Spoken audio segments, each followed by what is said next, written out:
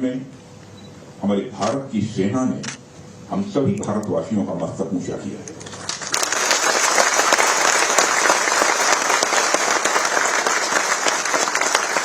इसलिए मैं चाहता हूं कि एक बार अपने स्थान पर खड़े हो जाएं और मैं नारे लगाऊंगा हमारे देश के सेना के जवानों के सम्मान सभी बोलेंगे भारत माता की जय, भारत माता की जय, भारत माता की जय। बहुत बहुत धन्यवाद। साथियों, जैसी कि आप सबको जानकारी है कि कल रात हमारी भारतीय सेनाओं ने अपने अद्भुत शौर्य और पराक्रम का परिचय देते हुए एक नया इतिहास रच दिया है। साथियों, भारत की सेना ने सटीकता, सतर्कता और संवेदनशीलता के साथ कार्रवाई की है। हमने जो लक्ष्य तय किए थे उन्हें ठीक समय तय योजना के अनुसार सटीकता से उन्होंने ध्वस्त किया है और किसी भी नागरिक ठिकाने सिविलियन पॉपुलेशन को जरा भी प्रभावित न होने देने की संवेदनशीलता भी हमारी सेना ने दिखाई।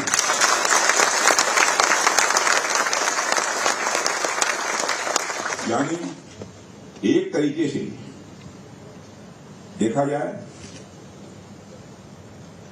हम कह सकते हैं एक तरीके की सटीकता, सतर्कता और मानवीयता यह हमारी भारत की सेना के जवानों ने दिखाई है। जिसके लिए मैं हमारे सेना के जवानों और अधिकारियों को पूरे देश की ओर से मैं साधुवाद देता हूं और सेना को संपूर्ण संबल प्रदान करने के लिए अपने प्रधानमंत्री माननीय नरेंद्र मोदी जी को भी मैं साधुवाद देता हूं।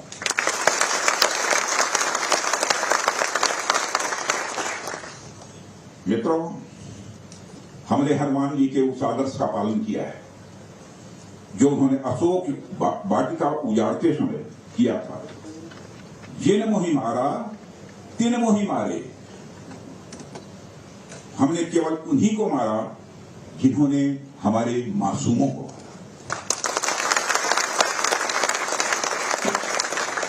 साथियों, प्रधानमंत्री श्री नरेंद्र मोदी के नेतृत्व में हमारी सेनाओं ने ऑपरेशन सिंदूर लॉन्च करके पहले की तरह ही इस बार भी आतंकियों को ट्रेनिंग देने वाले कैंप्स को तबाह करके करारा जवाब दिया है।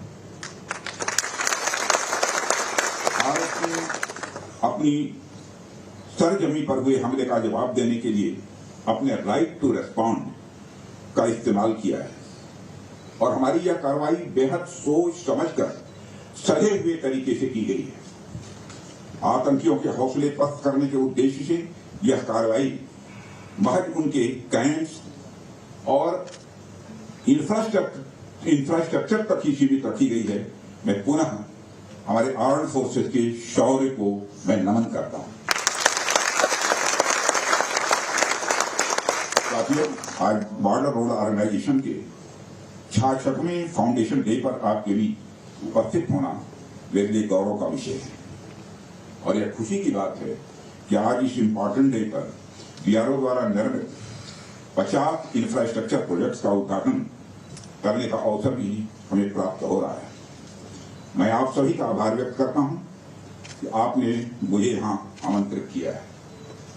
साथियों, किसी भी संस्थान के लिए उसका फाउंडेशन डे यह बहुत ही महत्वपूर्ण हुआ करता है। वैसे भी 65 वर्षों की आपकी जो यात्रा रही है वो बेहद गौरवशाली रही है। इसलिए आज का दिन उस गौरवमयी यात्रा को याद करने का दिन है। इसके साथ साथ यह दिन ठहर कर सोचने का भी दिन होता है कि अपनी अब तक की यात्रा में हमने क्या क्या हासिल किया है और यह हमारी अब तक की कार्य प्रणाली का विश्लेषण करने का भी यह दिन है। साथ ही यह एनालिसिस करने का भी दिन है कि भविष्य में हमारी राह क्या होनी चाहिए। साथियों, मैं देख पा रहा हूं कि वीडियो कॉन्फ्रेंसिंग के माध्यम से देश के अलग अलग क्षेत्रों से हमारे कई साथी जुड़े हुए हैं। अक्सर हम उद्घाटन के अवसर पर बड़ी बड़ी संस्थाओं का और बड़ी बड़ी एजेंसीज का नाम तो लेते हैं, परंतु ऐसे कई कर्मयोगी हैं जो पर्दे के पीछे रहकर काम करते हैं। किसी प्रोजेक्ट को पूरा करने में उनका योगदान भी बेहद महत्वपूर्ण होता है। इसलिए मुझे लगता है कि आज का दिन उनके योगदान को एक्नॉलेज करने और एप्रिशिएट करने का भी दिन है। साथियों, आज जम्मू कश्मीर, लद्दाख, सिक्किम, मिजोरम, अरुणाचल प्रदेश, पश्चिम बंगाल और राजस्थान में कई प्रोजेक्ट्स का उद्घाटन हुआ है। कहने को तो हम सारे फिजिकल इंफ्रास्ट्रक्चर हैं, लेकिन मैं इन्हें सिर्फ फिजिकल इंफ्रास्ट्रक्चर ही नहीं समझता। हमें जो सड़कें दिखती हैं, जो पुल दिखते हैं, वह सिर्फ दो स्थानों को जोड़ने वाले नहीं होते, बल्कि वह लोगों के दिलों को जोड़ने वाले होते हैं। इन प्रोजेक्ट से राष्ट्रीय सुरक्षा को तो मजबूती मिलती ही है, साथ ही साथ यह प्रोजेक्ट इन सभी रीजन्स को इकोनॉमिक प्रॉस्पेरिटी को भी बढ़ावा देते हैं। ये तमाम प्रोजेक्ट इन क्षेत्रों में ट्रांसपोर्टेशन, टूरिज्म और इकोनॉमिक एक्टिविटी को बढ़ावा देंगे, जिससे निश्चित रूप से यहाँ के निवासियों की आय में वृद्धि होगी, उनकी क्वालिटी ऑफ लाइफ में भी इम्प्रूवमेंट होगा और इन क्षेत्रों में समृद्धि आएगी एंड प्रॉस्पेरिटी आएगी। साथियों, मुझे बताया गया कि आज जिन इंफ्रा प्रोजेक्ट की शुरुआत की गई है, इनकी टोटल कॉस्ट लगभग 1900 करोड़ रुपए के आसपास की है। मुझे लगता है कि यह केवल उनकी नॉमिनल वैल्यू पर है। इसकी असली वैल्यू है वह तो हम आंक भी नहीं सकते। इन सड़कों के माध्यम से जब कोई बच्ची स्कूल जाएगी और अपना भविष्य बनाएगी, तो उसके इम्पैक्ट का आकलन भी हम नहीं कर सकते। इन ब्रिजेस के माध्यम से जब यहां एम्बुलेंसेज दौड़ेंगी और समय पर लोगों को इलाज होगा, उसकी वैल्यू को भी नहीं आंका जा सकता। जब इन सड़कों के माध्यम से विभिन्न संस्कृति के लोग आपस में जुड़ेंगे या फिर एक दूसरे से जो कुछ सीखेंगे, उसकी वैल्यू कोई भी आंक नहीं सकता है। जब इन टनल्स के माध्यम से यहाँ के किसानों द्वारा उगाए गए फूल, फल, सब्जियां इत्यादि दूसरे क्षेत्रों में आसानी से पहुंचेंगे, उसका जो आर्थिक और सामाजिक प्रभाव यहाँ के किसानों पर पड़ेगा, उसकी वैल्यू, उसकी कीमत कोई भी नहीं आ सकता। साथियों, मैं इन प्रोजेक्ट्स की डिटेल देख रहा था। मैंने देखा कि इनमें छोटे से लेकर बड़े रोड, टनल्स और ब्रिजेस हैं। कुछ मीटर से लेकर सैकड़ों किलोमीटर तक इनकी लंबाई है। हालांकि उनकी लंबाई से कोई खास फर्क नहीं पड़ता है। कोई पुल अगर छोटा है, कोई सड़क यदि छोटी है, तो इससे कोई खास फर्क नहीं पड़ता, क्योंकि दुनिया की लंबी से लंबी जो यात्राएं होती हैं, वह सिर्फ एक छोटे से रास्ते से ही शुरू होती हैं।